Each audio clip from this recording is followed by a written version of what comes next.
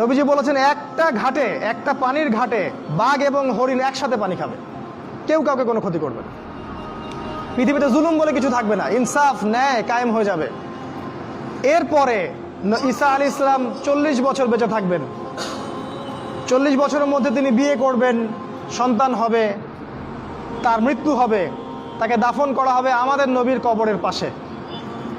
এবং তিনি যখন ইন্তেকাল করবেন তারপরের মানুষগুলা আরও জঘন্যভাবে খারাপ হওয়া শুরু করবে, এর রাস্তায় দাঁড়িয়ে জেনা করবে। আর এই মানুষগুলোর উপরে হঠাৎ একদিন সকালবেলা সূর্য পশ্চিম দিক থেকে উঠে যাবে এবং একটা লোকমা মুখে তোলার জন্য মানুষ মুখে নিবে, মুখে তুলতে পারবে না, তার আগে কিয়ামত হয়ে যাবে। পানি খাওয়ার গ্লাস উঠাবে, পানি পান করার আগেই কিয়ামত হয়ে যাবে। দুজন ব্যবসায়ী কাপড় এক্সচেঞ্জ করবে, একজন বিক্রি করবে, একজন দেখবে, এই দেখতে দেখতেই কিয়ামত হয়ে যাবে। একদম মুহূর্তের মধ্যে একদিন কিয়ামত হয়ে যাবে ওই মানুষগুলোর সামনে। এগুলোর সামনে হতে যাচ্ছে, আমাদের হাতে বেশি সময় নাই কথাগুলো বলার, এই কারণ হচ্ছে সময় কম। তো এখন এই অবস্থায় একজন মুসলিম হিসেবে আপনার করণীয় কি?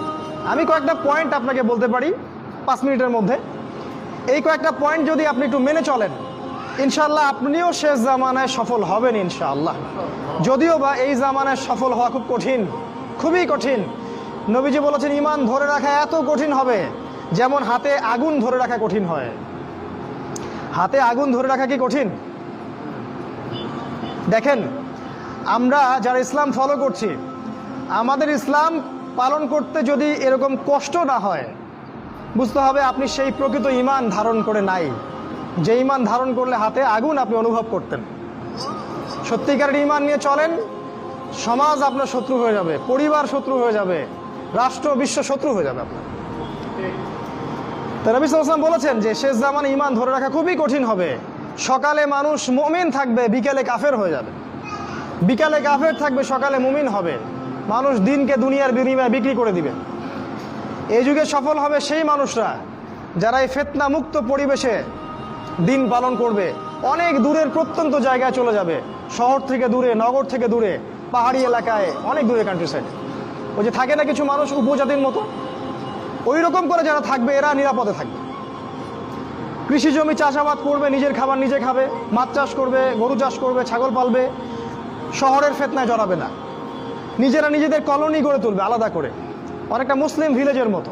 এরা সফল হবে। শেষ জামানায় সফল হওয়ার কয়েকটা পথ বলে দিচ্ছি। 1 নাম্বার, আপনাকে জ্ঞান অর্জন করতে হবে। কোরআন হাদিসের সাথে সমসাময়িক যত জ্ঞান আছে সব অর্জন করতে হবে, এটা 1 নাম্বার। জ্ঞান নাই, আপনি শেষ জামানায় টিকতে পারবেন না। যাদের কাছে এই জ্ঞান ছিল তারা কিন্তু মহামারীর আগেই প্রস্তুতি নিয়েছিল। আমি অনেক ওস্তাদকে চিনি, বাংলাদেশের আলেম, তারা এই 2000